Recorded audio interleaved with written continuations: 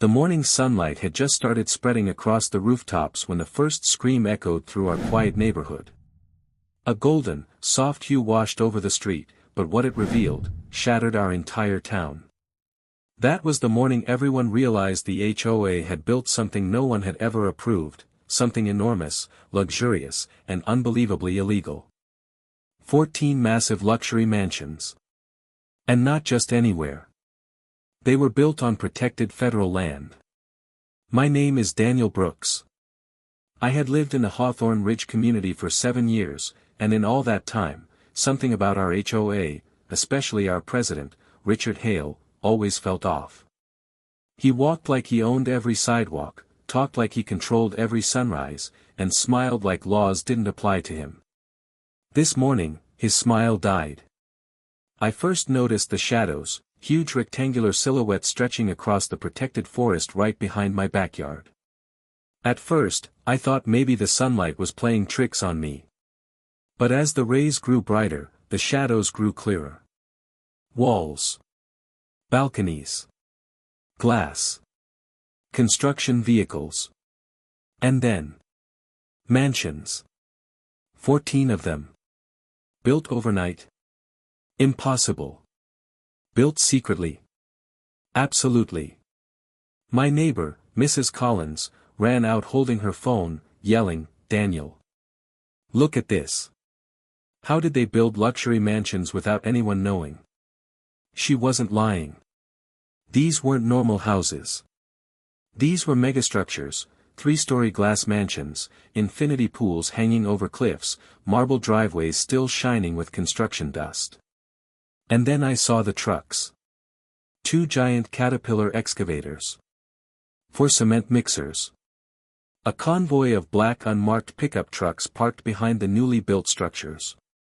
Workers in neon vests running around nervously at the sight of residents coming out. And standing in the middle of it all, wearing sunglasses and a perfect black suit, was HOA President Richard Hale. Arms crossed. Smirking. Completely unbothered. "Good morning, residents," he shouted. "You're witnessing the future of Hawthorne Ridge, an exclusive luxury expansion. On protected land?" I yelled back. He pretended not to hear. Others began gathering, old couples, families, joggers with dogs, even kids riding bikes. Everyone stood in disbelief as the mansions glowed under the rising sun. The golden light made them look even more extravagant, like something out of a billionaire's private island. But deep down, we all knew something was terribly wrong. The protected zone behind us had been untouched for decades. No construction was allowed. Even cutting a tree without permission could get you fined thousands. So how did the HOA build 14 luxury mansions, without anyone noticing? That's when the first police car arrived. Then another. And another. 3 patrol cars pulled up quietly, too quietly, like they already knew something massive was going on. Officer Ramirez stepped out and looked up at the mansions with disbelief. What in the world? Who authorized this? Richard stepped forward confidently. I did. The HOA board approved everything. The officer raised an eyebrow. You're aware this is federal protected property? A silence swept over the street. Richard's smirk twitched. But before he could respond, Officer Ramirez clicked his radio and said, "Dispatch, we're going to need federal assistance." Everyone gasped. Federal assistance? What does that mean? Someone whispered. It meant one thing. This was not just a zoning violation. This was not just illegal construction. This was a federal crime. And it was only the beginning. The morning sun had fully risen now, pouring molten gold across the illegal mansions like a spotlight exposing a criminal on stage. What looked glamorous just an hour ago now looked sinister. Every glass wall, every marble stairway, every rooftop deck glowed like evidence waiting to be collected. The police officers formed a loose barrier around the entrance to the construction zone. Residents whispered, leaning forward, recording everything with their phones. Kids stood on tiptoe. Elderly neighbors clutched their robes. Even the morning joggers stopped mid-run. Everyone wanted to know one thing. How did the HOA build 14 luxury mansions in complete secrecy? Officer Ramirez stepped closer to the structures, inspecting the foundation. I followed carefully behind, staying far enough not to get yelled at but close enough to see what he was seeing. That's when I noticed it. The ground around the construction wasn't leveled naturally. It had been carved. Dozens of giant trenches had been filled. Some parts still looked fresh, muddy, uneven, wet from morning dew. Deep tire marks from excavators ran through the forest floor.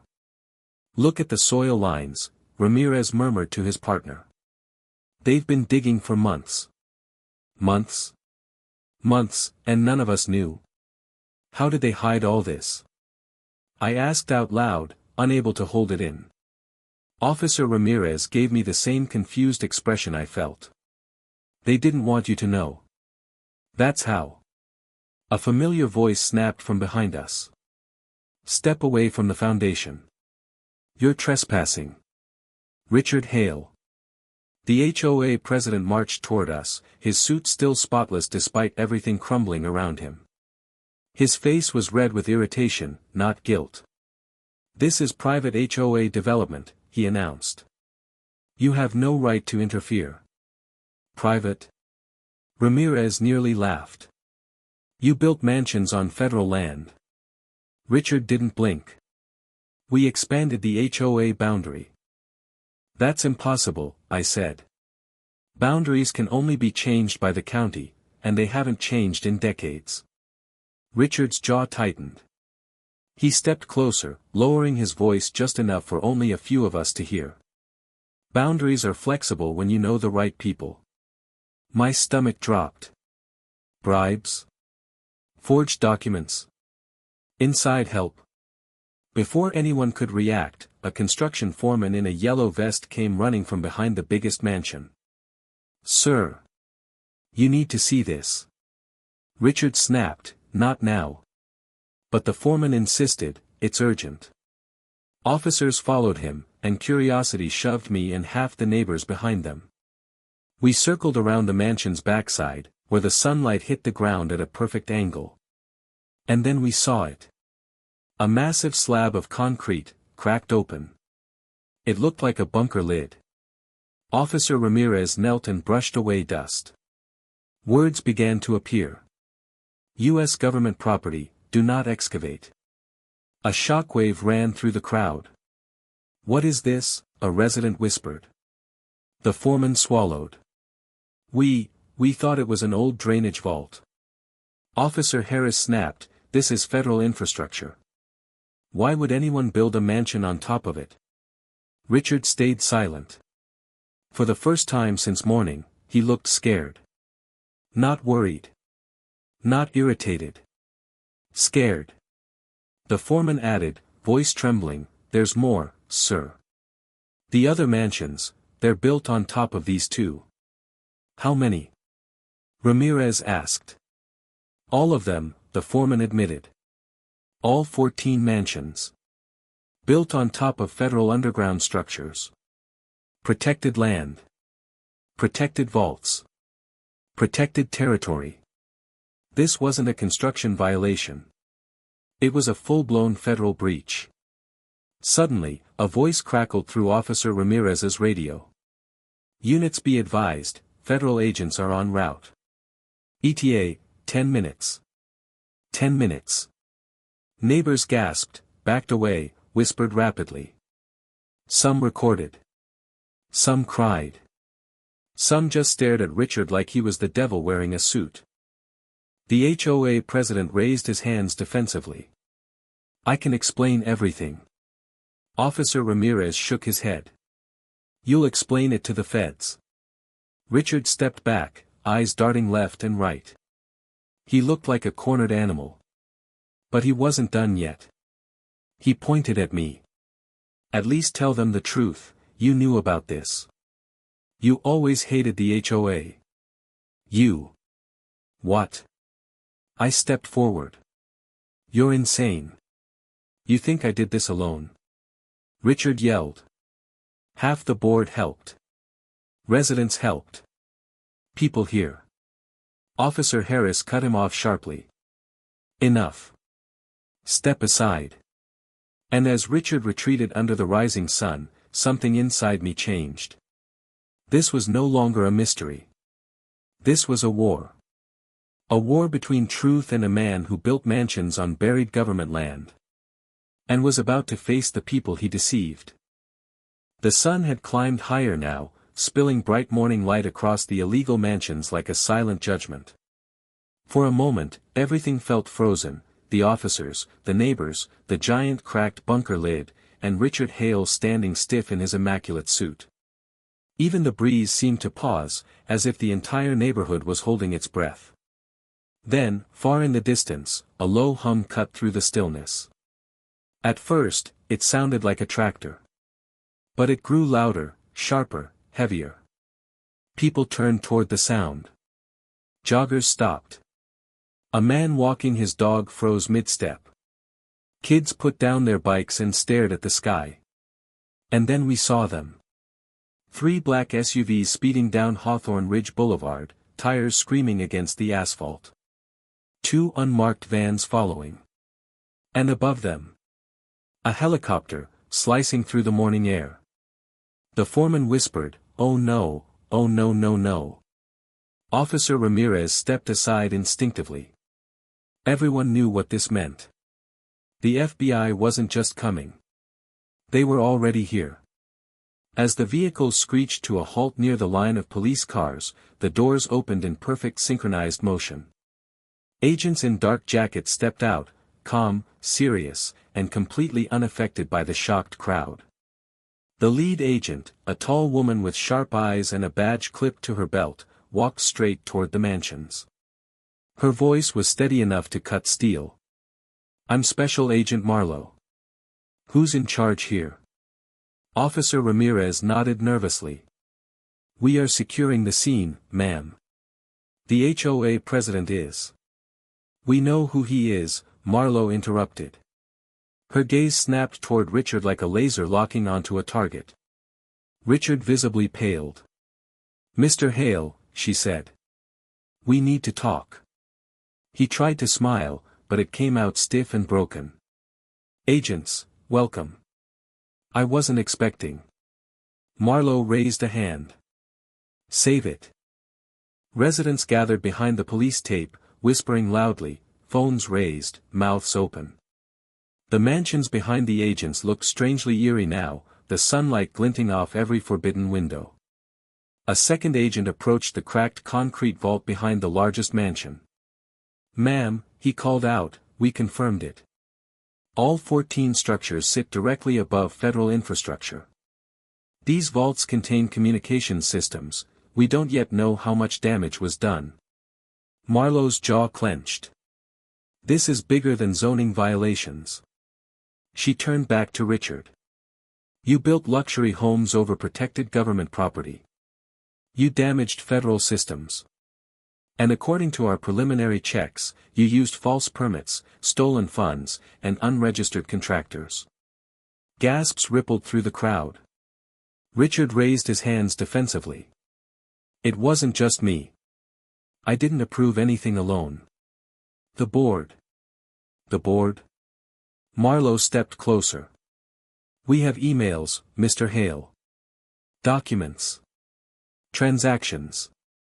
Richard blinked rapidly. He wasn't smirking anymore. "And there's more," Marlowe continued. "We traced the money used for construction. Nearly $5 million came from HOA accounts." Residents erupted. "My dues. He stole from all of us. I knew something was wrong with those special fees. That's where our maintenance funds went." My neighbor Mrs. Collins nearly fainted. The agents moved deeper into the construction zone, inspecting equipment. One tapped a cement mixer and said, "This is rented under a shell company. None of this is legal." Another pointed to the blueprints pinned on a board. "These signatures are forged." Richard tried to step back, but 2 agents blocked him. "I want a lawyer," he shouted. Marlowe nodded calmly. You'll get one. Then she looked around at the crowd, at us. Everyone here will be interviewed. We'll need your recordings, your statements, anything you heard or saw. I swallowed. My heart thumped like a hammer. I had videos. I had photos. And I had something else. I had been watching the HOA's suspicious activities for months. But before I could speak, an officer shouted. Ma'am. You need to see this. We all rushed toward the second mansion, the one with the largest glass structure. The sunlight pouring through the tall windows lit up something terrifying inside. Stacks. Piles. Boxes. Documents. Contracts. Hard drives. Money bags. Marlowe stepped inside and exhaled sharply. This isn't a construction site, she whispered. This is a cover operation. Richard yelled from where he stood, held by agents, those aren't mine. The contractors. Enough, she snapped. She turned to her team and said the words that sealed his fate. Arrest him. As the agents moved in, the morning sunlight hit Richard's face, exposing every drop of sweat, every tremble, every lie. The HOA president, once the self-appointed king of our neighborhood, was handcuffed under the bright morning sun. And as he was led away, I realized something chilling. This wasn't just illegal construction. This was a conspiracy. And the story was far from over.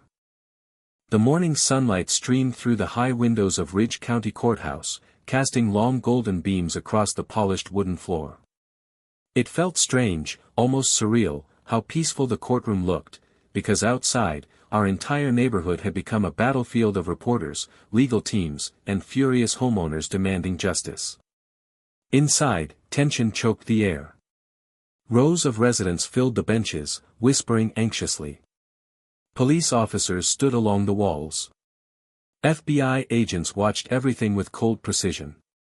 Construction workers sat silently, afraid to make eye contact. And in the center, dressed in an orange jumpsuit and refusing to meet anyone's gaze, sat Richard Hale, the once feared HOA president, now just another man waiting for judgment. As I took a seat behind Mrs. Collins, I scanned the room. The other HOA board members were lined up on the opposite side, their lawyers whispering frantically.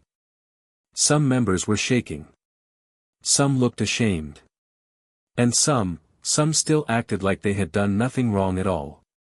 The judge entered, an elderly man with a stern face that could silence thunderstorms. All rise. We stood. The gavel struck once. The trial began. The prosecutor, a tall man with fire in his eyes, stepped forward. Your Honor, ladies and gentlemen of the court, what we have here is not just an HOA gone rogue. This is organized fraud. Theft. Illegal construction. And a reckless breach of federal land protected for decades. He pointed toward a massive poster board with photos taken from the FBI raid. The illegal mansions glowed under the sunrise. The bunker lid. The unmarked trucks. The files. The money bags. The forged signatures. This, the prosecutor said, tapping the images, is not the work of accident. This is deliberate deception. Across the room, the defense attorney rose, sleek, calm, too confident. Your Honor, my client simply expanded community development. He relied on contractors. If mistakes were made, they were administrative. He is a victim of faulty information. A roar of outrage erupted from the benches. He stole our money. He built mansions with our dues. He lied to everyone. He threatened people. The judge slammed the gavel. Order. Special Agent Marlowe took the stand next. Under the sunlight pouring behind her, she looked like justice itself. She spoke clearly, every word slicing through the room. We found 14 luxury mansions built on restricted government land. The HOA board used forged documents, misappropriated nearly $5 million, and built directly over federal infrastructure. The project was concealed with shell companies. This was intentional. The defense tried to interrupt, but Marlowe raised a hand sharply. And there's more. We interviewed residents. Several were threatened with fines for asking questions. Others were told construction was maintenance work. The HOA weaponized fear to keep everyone silent. Whispers filled the room again. When it was my turn to testify, my heart pounded. As I stepped onto the witness stand, morning sunlight hit my face, almost blinding. I raised my hand, swore the oath, and looked toward the judge. I saw the construction late at night, I began. I saw trucks going into the forest when the rest of us slept. I asked questions. I was told to mind my own business or face HOA penalties. The prosecutor leaned forward. Did you know they were building mansions? No, I said.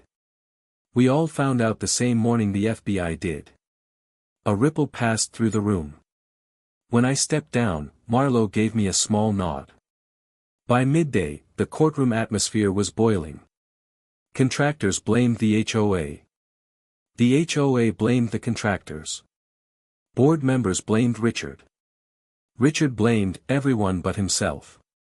Finally, the judge called for silence. He looked directly at Richard, who trembled despite trying not to. After reviewing the evidence, the judge said, "It is clear that the HOA acted as a criminal organization under your leadership. You abused power, violated federal law, and endangered this community." Richard swallowed hard. Bail is denied. This case will move to federal court. Gasps filled the room. But before he was taken away, Richard turned, slowly, deliberately, toward us. His eyes locked onto mine. "You think this is over?" he hissed. "You have no idea what's coming." Agents pulled him back, but his words hung in the air like a curse. And for a moment, even in the warm sunlight, I felt a shiver crawl down my spine. Because something in his voice told me the truth. The battle wasn't over. Not even close. The final chapter of our nightmare began the same way it had started. With the morning sun rising over Hawthorne Ridge. I stood on my porch at dawn, the golden light stretching across lawns and rooftops, illuminating a neighborhood forever changed. The illegal mansions loomed in the distance, silent now, no workers, no trucks, no shouting foremen. Just empty glass giants waiting to be torn down by order of the federal court. The FBI vans were already parked near the entrance, engines humming softly. Today wasn't another raid. Today was demolition day. Judgment day. One by one, neighbors came out of their homes, gathering along the police barricades. Some carried coffee. Some carried anger. Some carried wounds the HOA had left on their lives for years. Special Agent Marlowe stood near the caution tape, clipboard in hand, her face hardened with resolve. She greeted me with a slight nod as I approached. "After today," she said, "your neighborhood gets a fresh start." I wanted to believe her. But Richard's words from the courtroom still haunted me. "You think this is over?" As if summoned by the memory, a sheriff's SUV pulled up. Deputies hauled out the remaining HOA board members, each in handcuffs. Their faces were pale, defeated, nothing like the arrogant rulers who once controlled every paint color, mailbox height, and lawn blade in this community. Mrs. Collins whispered behind me, "I never thought I'd live to see this day." Neither did I. The sunlight grew stronger, bouncing off the glass roofs of the mansions. The structures looked almost embarrassed in the brightness, like criminals caught red-handed. Then came the rumble. Heavy. Powerful. Unmistakable. 3 gigantic demolition vehicles rolled into the clearing, bulldozers, cranes, and a hydraulic breaker taller than a 2-story house. Their engines roared like beasts ready to devour everything the HOA had built. A government inspector gave the order. "Begin preparation." Workers fastened cables. Cranes extended their arms. The hydraulic breaker lifted into position. But before the first strike could fall, a commotion erupted near the police line. A man was shouting. Shoving. Fighting. My heart nearly stopped. It was Richard Hale. His orange jumpsuit was wrinkled, his wrists cuffed, but anger blazed in his eyes like fire.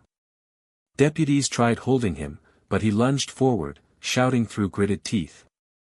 You can't destroy them. You can't tear down what I built. Agent Marlowe stepped forward. These mansions were built illegally. They endanger federal systems. They're coming down. You don't understand. Richard shouted. Those homes were my legacy. My empire. You're ruining everything. Your empire was built on lies, Marlowe replied coldly. Richard thrashed harder, face twisted in fury. This neighborhood belonged to me. I controlled it. I controlled all of you. His voice echoed across the clearing, bouncing off the illegal glass walls. Neighbors gasped. Some cried. Some cursed him. I stepped forward without meaning to. Richard, I said, look around. You never controlled us. You just bullied people too scared to speak. His eyes snapped to me, burning, hateful, empty at the same time. You started this, he spat. You exposed me. You did this, I said firmly. You buried evidence, stole money, threatened residents, and built mansions over federal property. The truth exposed itself. Before he could respond, a deputy pulled him back, finally securing him inside a transport van. Agent Marlowe turned to the demolition crew. Proceed. The hydraulic breaker swung down with a thunderous crash. Glass exploded outward like a shattering sunbeam. Marble split. Steel bent. The first illegal mansion crumbled in seconds. Neighbors erupted, not in fear, not in sadness, but in relief. Cheers. Clapping. Cries of victory. Tears of freedom. One by one, each mansion fell under the blazing morning sun until nothing remained but piles of broken concrete and twisted metal, remnants of the HOA's darkest secret. By noon, the forest behind our homes looked raw but clean.